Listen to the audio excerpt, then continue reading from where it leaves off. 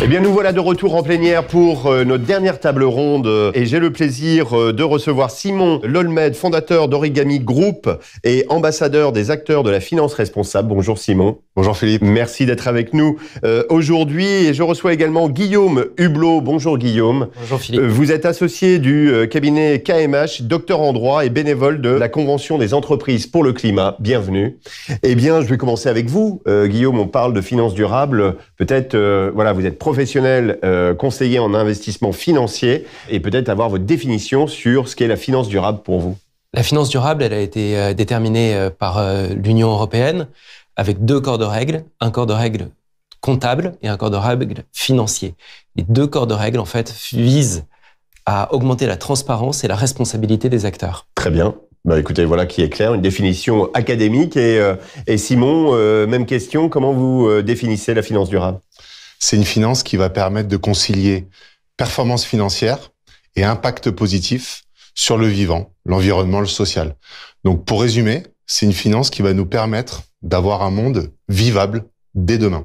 D'accord. Bah écoutez, voilà, c'est une belle entrée en matière. Merci. Vous êtes tous les deux très engagés, on l'a vu dans l'introduction, sur les questions de durabilité. Alors, hors conviction citoyenne, pourquoi est-ce crucial, selon vous, pour un conseiller en investissement financier, d'intégrer les aspects de durabilité dans sa pratique du métier au quotidien et dans ses conseils vis-à-vis de ses clients ? En fait, la norme de durabilité va se traduire dans tout ce qu'on appelle aujourd'hui l'extra-financier.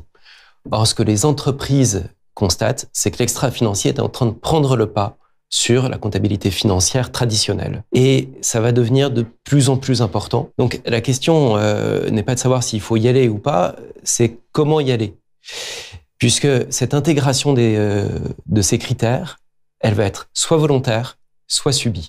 Très bien. Et donc, il n'y a pas de choix. Il faut y aller. C'est effectivement la différence. C'est pas à côté, c'est en plein dedans, ce que vous dites.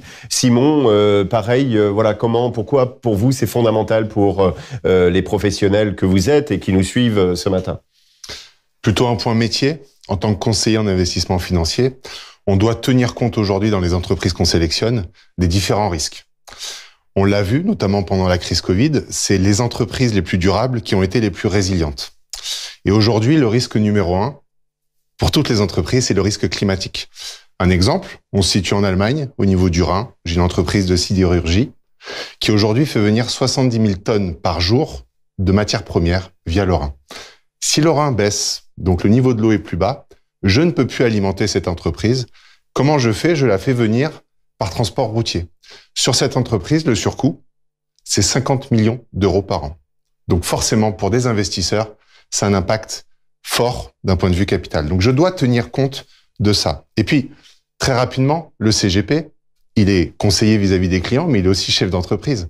Donc, il doit tenir compte de ces difficultés. D'ailleurs, en 2015, on a Mark Carney, gouverneur Canada, Banque du Canada et Banque d'Angleterre, qui disait, en 2015, adapte or die. Soit on s'adapte, soit on meurt. Voilà. Et il parlait déjà des risques climatiques. Et c'était en 2015. Aujourd'hui, c'est une réalité. Donc, on doit anticiper ça pour pas se retrouver sur le côté du virage. C'est ça, c'est que, voilà, ce que disait Guillaume, ce que vous dites là, c'est que le réchauffement climatique, c'est acté. Et en tant que conseil, en dehors de toute considération citoyenne, on se doit d'intégrer sur la valorisation des actifs demain, se poser effectivement cette question-là. Donc, question pratique, comment vous intégrez en fait ces facteurs environnementaux et sociaux dans vos choix d'investissement ? Comment vous faites au quotidien, Guillaume ? En fait, ça découle d'une double approche. On a un travail d'analyse des produits, avec une grille. Est-ce que le produit, on va dire, est positif en termes de durabilité, de critères sociaux, de solidarité ? Est-ce qu'il est neutre ou est-ce qu'il a des impacts négatifs ? À l'autre bout, on a l'analyse des besoins du client. Et on part souvent de là. On part du besoin. Bien sûr. Et on va développer une stratégie sur laquelle on va mettre au final un certain nombre de produits. Et l'idée, c'est d'arriver à faire une adéquation entre ses besoins et les produits les plus durables et de répondre en même temps aux attentes du marché. Là-dessus, on a une croyance dans la profession, c'est qu'on est au service du client. En réalité, on est dans un écosystème. Et dans cet écosystème, le marché a des besoins et les clients ont des besoins. Notre rôle, c'est de faire rencontrer les bons besoins. C'est ça. Et par rapport à ce qu'on dit là sur les besoins et dans le cadre réglementaire qu'on évoquait, effectivement, voilà, l'ISR, on en entend parler, Simon, depuis des années, mais aujourd'hui, en fait, c'est vraiment partie prenante. C'est plus cette petite coquetterie qui peut être effectivement, qui peut habiller la location. Peut-être réagir à cela. Et puis, question suivante, est-ce qu'on arrive effectivement, donc Guillaume nous disait, on peut constituer un portefeuille. Est-ce qu'on arrive à en mesurer l'impact de la location qu'on aurait pu proposer à un client? Alors, la coquetterie de l'ISR, évidemment, ça c'est un terme qu'on oublie aujourd'hui parce que c'est un besoin. Ouais. On le voit bien, c'est un besoin, et même en dehors du monde de la finance. Concernant la mesure de l'impact, ça dépend de quel impact on parle. En fait, le monde de la finance à impact, le monde de la finance durable, c'est plein de petites sous-branches, de catégories différentes. Lorsqu'on va parler, par exemple, de fonds de partage, on peut quantifier. Parce que le fonds, la société de gestion, va vous donner des indicateurs précis en vous disant tant de pourcents de mes frais est reversé, par exemple, à une association. Là, c'est facilement quantifiable. Quand vous allez être plutôt sur des fonds qui vont financer la transition, notamment, par exemple, des labels Greenfin, vous savez dans quelle entreprise vous allez investir, mais vous savez pas concrètement via le fonds quel va être l'impact d'un point de vue environnement. Quelle émission de CO2 je vais enlever, par exemple. Là, il faut aller se rapprocher des entreprises que l'on finance pour avoir cette donnée. Donc, quantifiable dans certaines mesures, mais c'est encore difficilement mesurable au niveau de l'impact, même si ça progresse petit à petit. D'accord, et on l'a vu du coup sur les plateaux précédents, justement, la réglementation fait que aujourd'hui on a des fonds qui répondent à des critères article 9, article 8. Alors première question, Guillaume, un fonds qui est article 9, je peux investir les yeux fermés? Alors non, pas tout à fait. La classification, elle donne un cadre très utile, elle donne des indications, et un article 9 va créer un a priori positif. Mais ensuite, notre travail, c'est un travail de connaissance et de conseil. Et donc, qui dit connaissance, dit aller chercher, aller interroger la matière. Et il faut aller plus loin, en fait, que la labellisation pour interroger l'intention. Est-ce que, véritablement, la société de gestion a une intention durable? Parce que l'une des clés, en fait, de notre métier, c'est la cohérence de tout le cheminement. C'est ça, donc il faut aller au plus près des gérants avec lesquels vous travaillez pour savoir en fait comment ils travaillent, c'est ça? C'est ça. D'accord. Simon, même question. Alors voilà, donc article 9, donc j'imagine si on dit article 8, c'est la même chose, peut-être il faut y regarder plus près, mais vous au quotidien, comment vous faites vous du coup? Peut-être parce que c'est pas évident, vous êtes pris par beaucoup de sujets, donc aller à la recherche d'informations, c'est pas simple. Bon, déjà, on aime ça. On a envie d'aller chercher ces informations parce que ça fait partie aussi de nos volontés. Mais pour revenir sur article 9, article 8, vous avez une définition aujourd'hui qui est escalée. L'article 8, c'est quoi? C'est, je prends en compte des caractéristiques environnementales et sociales, mais la durabilité, c'est pas ma priorité, en fait. OK, pour faire le bien, mais mon objectif prioritaire, c'est pas la durabilité. Donc forcément, dans ce contexte-là, on peut pas aller investir les yeux fermés dans un article 8 si on a envie, justement, de faire la promotion d'un monde durable.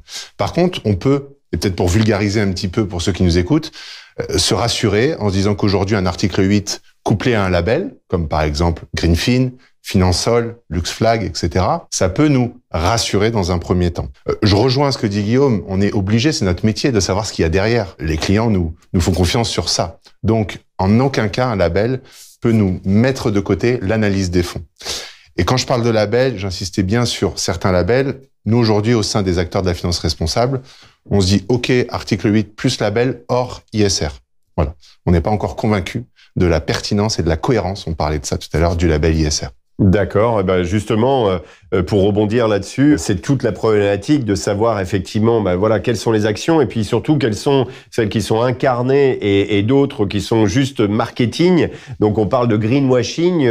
Guillaume, comment, en tant que conseiller, justement, on se prémunit des greenwashers? Alors justement, on va revenir en fait au travail de cohérence. Il y a des tas de fonds qui ne peuvent pas aller chercher les labels. Notamment, c'est assez rare en private equity d'avoir de l'article 9. Donc, cet article ne suffit pas à définir le fonds.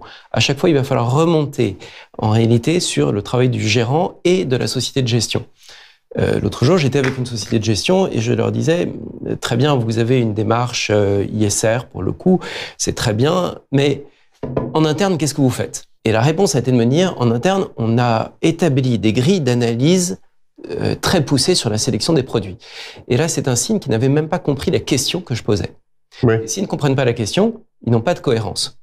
en fait, ils ne visent qu'à remplir une grille. Et là, à partir du moment où on ne vise qu'à remplir une grille... Oui, ce que vous dites, c'est que de ne pas s'appliquer à soi-même en tant qu'entreprise, justement, des règles de durabilité, voilà, on peut se poser la question, et c'est un bon signe, et c'est intéressant, effectivement, de le soulever. Ouais. Oui, il faut que le produit soit rentable, évidemment, mais il faut que la société de gestion ait une démarche de durabilité.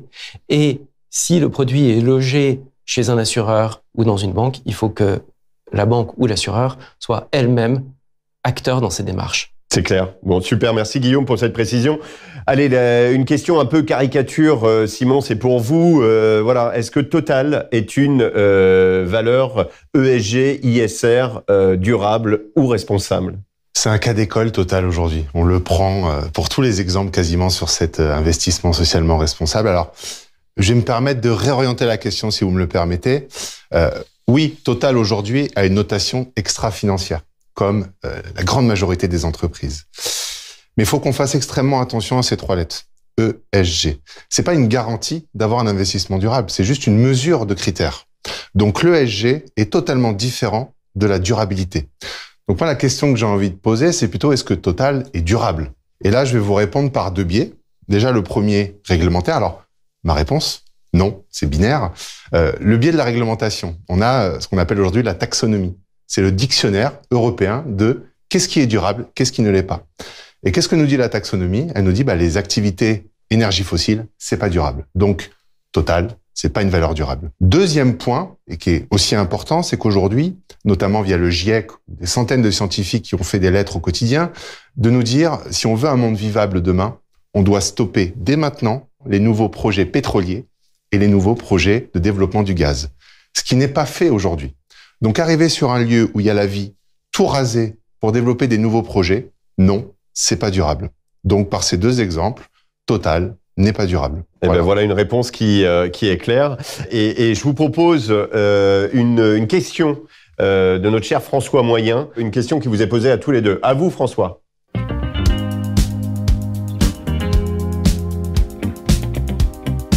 Ouais, bon, moi je fume, je bois, je mange de la viande et je roule en 4x4. Bon, il se trouve que j'ai 100 000 balles de côté. Alors qu'est-ce qu'on fait? Vous me prenez comme client ou pas? Merci Didier. Bon, Guillaume, je vous laisse peut-être répondre à François. Est-ce que vous le prenez? Est-ce que vous prenez François comme client? Je vais essayer de l'interroger et de le faire réfléchir avant de le prendre. D'accord. Simon? Oui, je le prends.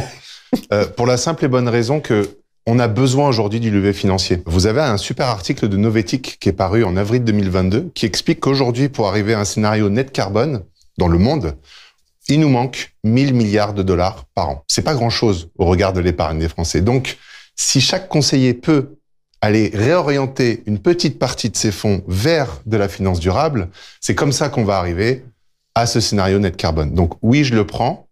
Et puis peut-être qu'il le veuille ou non, vous allez l'orienter comme vous le souhaitez. Voilà, mais peut-être que c'est moi qui irai sur son lieu de travail pour pas qu'il utilise son 4x4 et pour qu'on puisse protéger un petit peu cette partie-là. Mais évidemment que oui, on va le prendre, mais on va un petit peu le questionner sur ce qu'il entend par finance durable. C'est un point qui est vraiment important parce que en fait, on n'a pas besoin uniquement d'acteurs qui sont arrivés, mais on a besoin d'acteurs en chemin. On a besoin de gens qui aillent vers la transition. Et il ne faut pas stigmatiser ces gens-là. Il faut simplement les amener à réfléchir et à se mettre en chemin. Très bien. Merci à tous les deux. Alors, pour la dernière partie, Guillaume, il est devenu obligatoire d'établir le profil de durabilité de ses clients là depuis le 1er janvier pour les professionnels que vous êtes. Mais vous n'avez pas attendu cela pour le faire au sein du cabinet. Je crois que vous avez revu l'ensemble de votre portefeuille sous ces critères-là. Et peut-être intéressant d'avoir, vous, votre retour sur effectivement ce que ça donne, que vous disent vos clients sur l'importance de la durabilité. Est-ce qu'ils sont acteurs? Est-ce qu'ils sont concernés? Est-ce qu'ils ne sont pas concernés? C'est quoi les ordres de grandeur? Oui, alors effectivement, on s'y est mis en août dernier, juillet-août, et on a à peu près 5% des gens qui se disent non concernés, 5% des gens qui se disent véritablement acteurs, et 90% des personnes qui se disent concernées. Et dans ces concernés, quelle est la part que vous estimez entre je suis concerné, mais rentabilité first, ou bien la durabilité, si, c'est important quand même malgré tout? Alors, on en a à peu près 25% pour lesquels c'est central comme question. D'accord. Et sur lesquels la rentabilité passe ou passerait après. D'accord. Seconde position. OK. Néanmoins, cette statistique est différente par rapport aux nouveaux clients qui arrivent.